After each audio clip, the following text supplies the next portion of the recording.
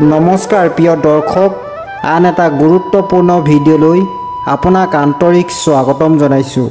প্ৰিয় দৰ্শক, মঙলবাৰটো হনুমানৰ নামত উৎসৰ্গা কৰা হয়। এই দিনটোত ৰাম ভক্ত হনুমানক পূজা কৰিলে শুভ ফল পোৱা যায়। মঙলবাৰে মন্দিৰলৈ গৈ হনুমানক দৰ্শন কৰি তেওঁক বুনিয়াৰ লাড়ু আৰু সেন্দুৰ অৰ্পণ কৰাটো ফলদায়ক বুলি গণ্য কৰা হয়। মঙলবাৰে এই কাম কৰা যিকোনো ভক্তৰ ওপৰত বজৰংবলীৰ অপৰিসীম আশীৰ্বাদৰ বৰষুণ হয়।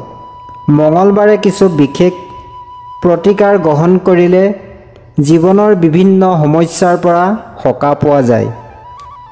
নম্বৰ 1, যদি আপুনি আন মানুহৰ আগত নিজৰ চিন্তাবোৰ স্পষ্টকৈ প্ৰকাশ কৰিব নোৱাৰে, তেন্তে মঙলবাৰে পাণ এখন হাতত লৈ তাত অলপ সেন্দুৰ লগাওক। তাৰপিছত সেই পাণখন ভাঁজ কৰি বগা ৰঙৰ উকা কাগজ এখনত মেৰিয়াই হনুমান মন্দিৰত অৰ্পণ কৰক।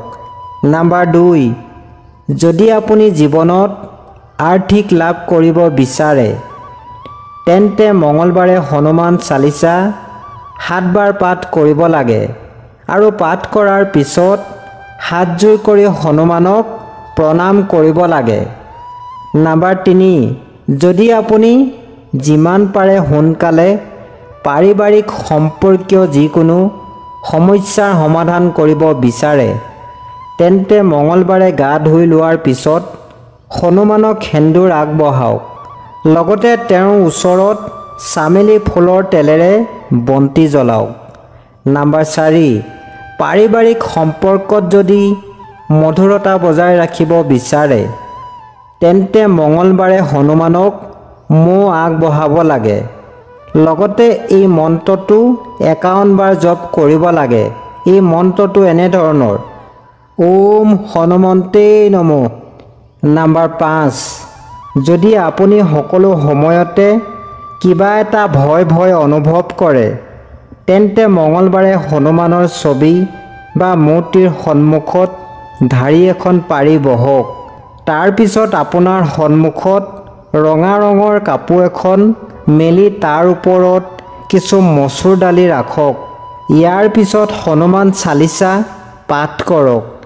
পাঠ কৰাৰ পিছত সেই ৰঙা কাপোৰখনত ৰখা দালিখিনি মন্দিৰত দি সেই ৰঙা কাপোৰখন নিজৰ লগত ৰাখক।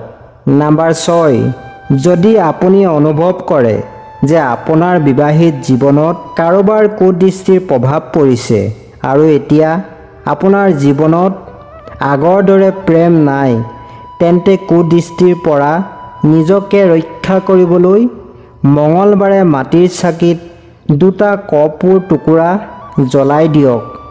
মাটিৰ চাকিগছ জ্বলোৱাৰ পিছত সেই জ্বলি থকা চাকিগছ ঘৰৰ বাহিৰত ৰাখিব।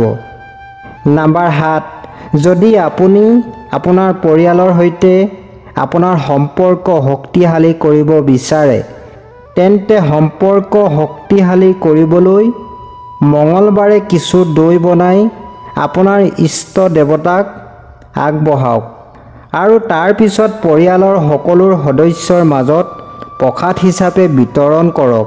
যদি আপুনি দৈৰ পৰা একো বনাব নোৱাৰে, তেন্তে মাত্ৰ দৈখিনিত অলপ মিঠাই মিলাই দি আপোনাৰ ইষ্ট দেৱতাক আগবঢ়াই দিয়ক আৰু তাৰপিছত পৰিয়ালৰ সকলো সদস্যৰ মাজত বিতৰণ কৰক।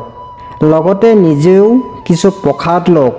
ভিডিঅ'টো চোৱাৰ বাবে সকলোকে ধন্যবাদ জনালোঁ আৰু মোৰ চেনেলটো ছাবস্ক্ৰাইব কৰিবলৈ নাপাহৰিব।